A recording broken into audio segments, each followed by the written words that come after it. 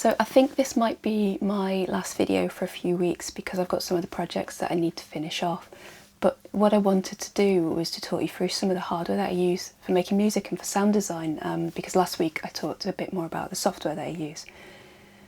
Some of this hardware is also what I'm planning on using to perform my music live, and that's kind of a challenge because I tend to build my tracks in a computer, and what I don't really want to do is just have a laptop on stage and press go and then dance about like bears, because I think that's kind of boring and for me personally. And when I've played with bands in the past, a lot of people have said that part of the excitement from watching me perform is that there's this sense of everything could go horribly wrong at any moment. I know that's not really a compliment, it doesn't say a lot about my ability as a musician, but I'm cool with that because I really enjoy playing music and I enjoy performing, and I think that energy and that excitement is something I'd like to be able to bring to these kind of ambient electronic tracks that I've been making. Anyway, a bit more general to start off with, I just thought I would show you some things like my very small synthesizer collection. I can't show you one of my synthesizers. It was a toy that I built from a kit, and it worked really well until I decided to modify it, and then it never worked again, and that is fairly typical of my projects, if I'm honest.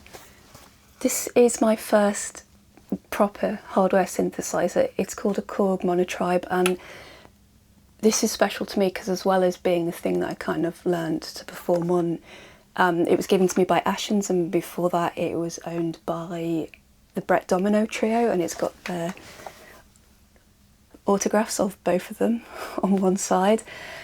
It's a monophonic synth, and what that means is it can only play one note at a time, and it has this ribbon keyboard so you can play notes.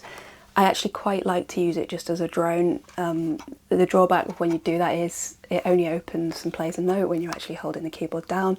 So I've done all sorts of crazy things like playing it with my feet while feeding in a violin, but part of it is the creativity to sort of work around these problems. I'm very, very, very fond of this.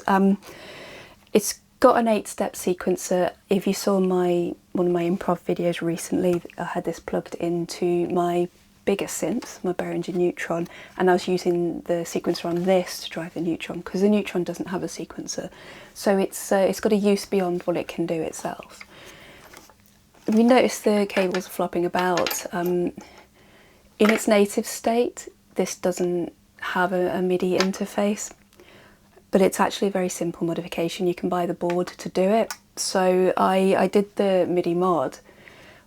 Because I really like this, I didn't really want to drill holes in the case, so the cables are just kind of taped and flopping around. But it works, and it means that it's a reversible upgrade, so I can take it out and put it back to how it would have been when it was new. And it sounds wonderful, and I really like it. This is kind of the difficult middle child of my synthesizer, the Roland JX03. It's really nice, and it works brilliantly, but for whatever reason I don't fully vibe with it, so I don't tend to use it that much. So again, it's a ribbon controller based synth.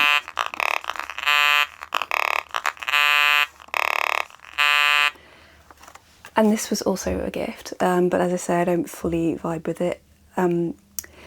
It has 2 oscillators, so that's an upgrade on the Monotribe, and it also has a bunch of sort of pre-programmed built-in sounds, and again it's got a sequencer, but this time it's a 16-step sequencer, so what it can do is actually very powerful.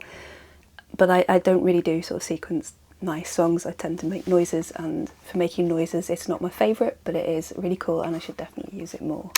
If you've seen any of my oscillation videos, you'll have seen this. I tend to use it as a sort of drony noise making machine. It does have a MIDI in, and I've used it to do things like take MIDI in from my computer and play back through this, and that's actually a really powerful way of using it. Or, as I mentioned already, take the MIDI in from the sequencer on another synth and play that back. Behringer have been through a phase recently where they've been making a lot of reproductions of vintage synths, and depending on your point of view, that's either amazing, levelling the field for people who can't afford to buy actual vintage synths or don't want the maintenance of these things that go out of tune all the time, or it's kind of sacrilegious and stealing other people's IP. I come down on the side of, yay, I can afford synths now. Although this is Behringer's own design, it does use a lot of features that would have been present on some classic synths, like the delay circuit that it uses is a bucket brigade, so that's very old capacitor-based delay. And the oscillator in here is based on a very famous oscillator design, and actually the family of the guy who came up with that design isn't very happy that some companies are taking those designs and doing their own versions. But personally, it means that, you know, people like me who don't really have the money to be buying sort of studio grade equipment can actually use these things and learn how to use them. I think that's very powerful. I also have a bunch of what I've been calling musical condiments, mainly because one of them is in a mustard tin. What this is it's a bunch of nuts and bolts in a tin, and there's a contact mic inside and a jack plug, and I've used this for numerous percussion projects, it's trigger reverbs, all that sort of thing. It's homemade and it's silly and I like it. And similarly, homemade contact mic from a piezo or piezo, depending on where you're from and how you pronounce it. These discs cost about 50p each, and then it's just a bit of cable from an old guitar lead. This one's broken, don't tell anyone. I'm going to go and fix it after this. These are really, really useful because you stick them to a surface and they pick up the vibrations. They kind of work like a wristwatch in reverse. So there's a crystal in here, and when you apply pressure to the crystal, you deform it. It makes an electric current, and that deformation of, as you apply vibrations when you're hitting it, is then carried as an electric signal into your mixer, and so sound is being transformed, pressure is being transformed into electricity. So it's a kind of microphone, it's a contact mic. Similarly, if you apply an electric current to a crystal, it vibrates, and that's the basis of timing chips in things like wristwatches and in timecode, which is something I use a lot in my job as a sound recordist.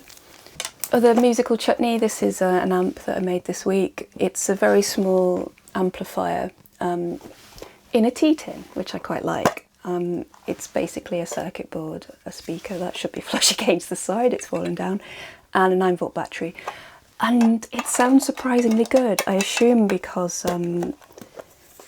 essentially it's a closed back cabinet, so it's got a really interesting sort of mid-tone range, and I actually think it sounds really nice. You do occasionally get unpleasant resonances, but on the whole, actually I built it as a trash amp. I thought it would help me make some unpleasant sounds, but it's far too nice for that. I might use it as a feedback engine, so plug a microphone into it and sort of play around with that to get some control feedback. But we'll see. Mostly I'm listening to music while I'm cooking at the moment. It's quite nice. This is the pickup off an old guitar, and I haven't quite got around to finishing it. In common with my other projects, it's held together with test leads at the moment. But sometimes the way something sounds in acoustic space and the way it sounds in electromagnetic space is very different, and that can be really interesting. So this is good for listening to electronic signals.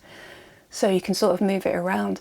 I've actually had some really nice results just moving it around the screen of my smartphone, and it picks up these tiny signals, but they're really interesting.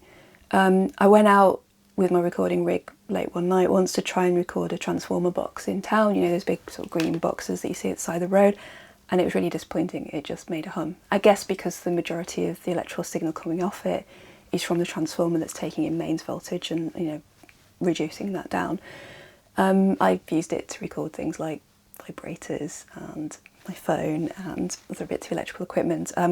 Quite a strong hum. I've got some copper tape which I'm going to sort of wrap around and earth, and hopefully that'll help with the hum, but I'll report back when I start making videos again.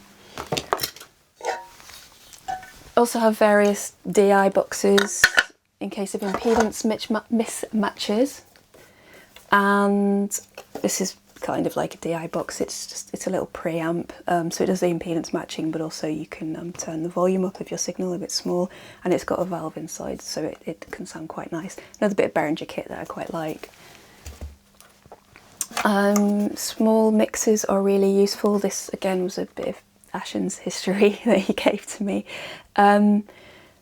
Obviously mixers are useful for combining signals, but I can set them up in various ways to take in signals but then pass them out again. For example, if I want to set up an effect send, I can control how much of a dry signal is going to effect chain. So I could be sending a signal out to a synthesizer, or I could be sending it out to a guitar pedal, controlling it with this. I tend to use this one as an output mixer, so at the end everything is come back together and into here, and then from there it will go on to a recorder, or if I was playing live it would go on to front of house. Similarly, this is another 4-channel mixer, and this was made by a British company called SQM, and for a long time this was like the best mixer you could get for sound work in the field, like so sound for TV, news, that sort of thing. It sounds absolutely incredible. It's a really lovely bit of kit, but unfortunately it's way past its sell-by date in terms of the sort of work that I do. So I bought this rather cheap and I had it modified and upgraded, but the company is pretty much out of business. I was talking to them maybe 4 years ago to get repairs done and stuff, and they were very helpful, but they were all basically semi-retired. It sounds beautiful, but it doesn't record, it's just a mixer, so for the sort of work I do it's not actually that useful anymore. It's not what's expected these days. But the preamps in it are just beautiful, and I can't really bring myself to give it away, so I'm using it as a mixer for music. And sometimes when I record vocals I use it as a preamp because it sounds really nice. Talking of old kind of obsolete kit, I got this off eBay recently and I don't yet know if it works. I don't have a power adapter that works with it, that's on its way, so I shall report back. This is a very old Tascam Porta Studio. It's a 4-track tape recorder, so it uses the 2 stereo channels on either side of the tape, but all going in one direction, so you get 4 tracks. I think this can only record onto one of those tracks at a time. The manual wasn't 100% clear on that. But what I want to use this for is for live performance, so that I can put loops and backing onto 4 tracks of a tape and sort of fade them up and down, play them back. And it's got some really good routing options, so I'm going to exploit that so I can do things like send the signal to effects pedals. Quite excited to use it. I might use it for some recording because you can actually bounce down and get up to like 10 different channels, but there's only 4 tracks, so when you do your final mix that's all you got to play with. I am excited, I will report back, and as I say, it's just something that doesn't involve just turning a computer on and pressing play, because that isn't really something that appeals to me personally as a performance. And I have a big bag of assorted noise-making bits of kit, a Game Boy with a... you can't tell what it is because it's a generic blank cartridge. Little Sounds DJ is a synthesizer engine that's made for the Game Boy to use a chip inside, and it's really complicated, but I've used this just to make drones. You can program it, it's got a sequencer, and various very cheap guitar pedals, mainly from Wish actually. And that's it, that is my assorted noisy condiments, and thank you if you've been watching. I will be back hopefully soon. In the meantime, if you do want to support me, I do have a Ko-fi page. It's just ko-fi.com/bonemusic. And I'm going to go and fix all the things that I've just pointed out are broken because I feel slightly ashamed that I haven't dealt with them yet.